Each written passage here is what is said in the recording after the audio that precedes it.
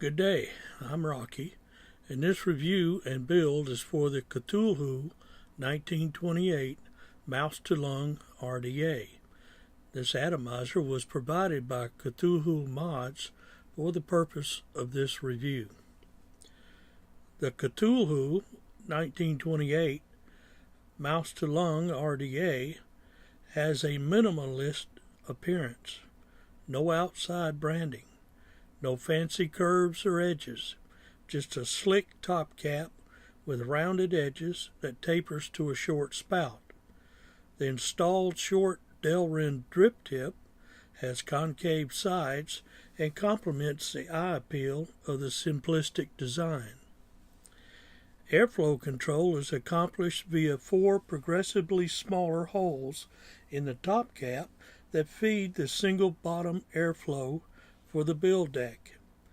The holes range in size from largest to smallest, starting at 2 millimeters, 1.6 millimeters, 1.2 millimeters, and 0.8 millimeters in diameter.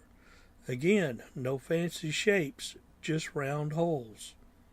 The top cap does not lock in place, but does have a recess, engaged by positioning tabs on the base. That limits the movement of the airflow at each end and assists in tightening and loosening the atomizer for mod installation and removal. The atomizer base, which houses a single coil build deck, has 2 positioning tabs 180 degrees apart on its circumference. A single 2 millimeter diameter air hole ports air along the bottom of the removable build deck, taking a 90-degree turn upwards to the bottom of an installed coil. The dual O-rings on the base are positioned directly above and below the airflow inlet. The seals have a close tolerance but are not overly tight, and provide smooth, positive movement of the top cap to adjust the airflow and hold well even if the RDA is lifted by the top cap while installed on a heavy mod. Inside the storage or shipping tin or can, if you will, you'll find a brown velvety bag containing the RDA, an extended warranty card, a 5-page owner's manual with illustrations of the squonking action, suggested dripping action, and a specification illustration of the airflow and AFC hole diameters. At the bottom of the storage tin, you'll find the spares bag, which contains a blue PH0 or 1/0 sized Phillips head screwdriver, 2 spare O-rings for the base, 2 spare O-rings for the drip tips, 2 spare PH0 Phillips panhead grub screws, 1 gold-plated positive squonk pin, it's a 2 millimeter hex head socket pin, and 1 metal straw type drip tip. The short drip tip is 11 millimeters in height when installed, and has a bore of 3.75 millimeters, has a height of 20.5 millimeters when installed, and a bore of 2.75 millimeters. The top cap has an outer diameter of 22 millimeters, and the base has an outer diameter of 20 millimeters. The top cap has an inner dome 12 millimeter cap that will cover the build deck when installed, and 2 channels which engage 2 tabs on the base to provide AFC adjustment that not only limits the travel from the largest to smallest, but also aids in installing and removing the atomizer from a mod. The base has 2 O-rings for sealing the top cap, and a single 2 millimeter diameter airflow inlet that is ported along the bottom of the build deck, taking a 90-degree turn upwards at the center of the build deck. There are two tabs on the circumference, 180 degrees apart, that engage the top cap for alignment, airflow control, and provides limits to the turning to assist installation and removal.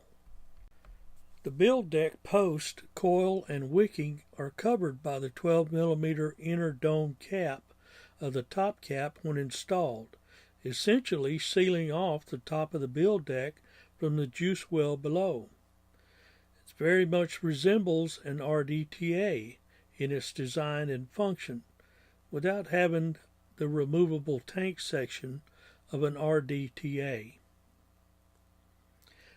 Only 3 tools are needed to completely disassemble the 1928's base and build deck: the PH0 Phillips screwdriver, a 2mm hex wrench for the squonk pin, or a 4mm flathead screwdriver for the 510 pin used for dripping. Disassembly of the base and build deck requires the removal of the squonk pin or 510 pin, which will allow the build deck and positive post and its peak insulators to be separated. The positive post is vented to allow e-juice to fill the juice well beneath the build deck and that juice to be sucked back into the squonk bottle of the mod. The base and the top cap can be assembled in either of 2 positions. The build deck can be installed backwards, which will block the airflow from the base and the coil. Take note when installing the build deck to correctly position the airflow with the hole in the base.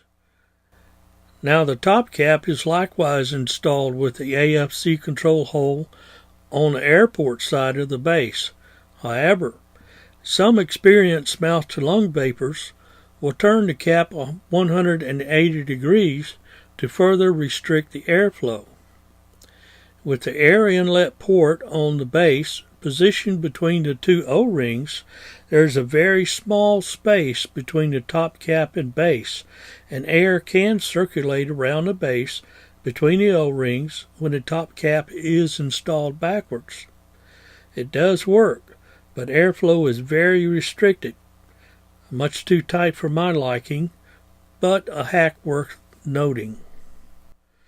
Using a shorter drip tip with the widest AFC opening provides a tight, direct lung vape with good vapor production without sacrificing flavor. When I choose either of the 2 widest AFC settings, I prefer the shorter drip tip. In contrast, the longer straw-type drip tip will provide a tight draw in all AFC settings, but it does conduct heat very well, and while not getting overly warm, I find it uncomfortable. However, I have several BV Nova old school tanks and have found that the VV Nova Mini's straw drip tip is a comfortable alternative. It is contoured much like the shorter 1928 drip tip, but has a length like the 1928 straw drip tip. Also, in my humble opinion, it has more eye appeal. Building and wicking the 1928 couldn't be easier. The Phillips scrub screws easily clamp the legs of the round wire coils, and larger gauges can be trapped between the grub screws and raised tabs of the post. Wicking is a breeze. Once the wick is trimmed to size and thinned, it can easily be pushed into the bottom of the juice well through the large openings of the juice well and slid into place to the open end of the wicking ports on the build deck. Once the top cap is installed, the inner 12mm dome section will cover the post, coil, and wick, effectively sealing off the build deck from the juice well below.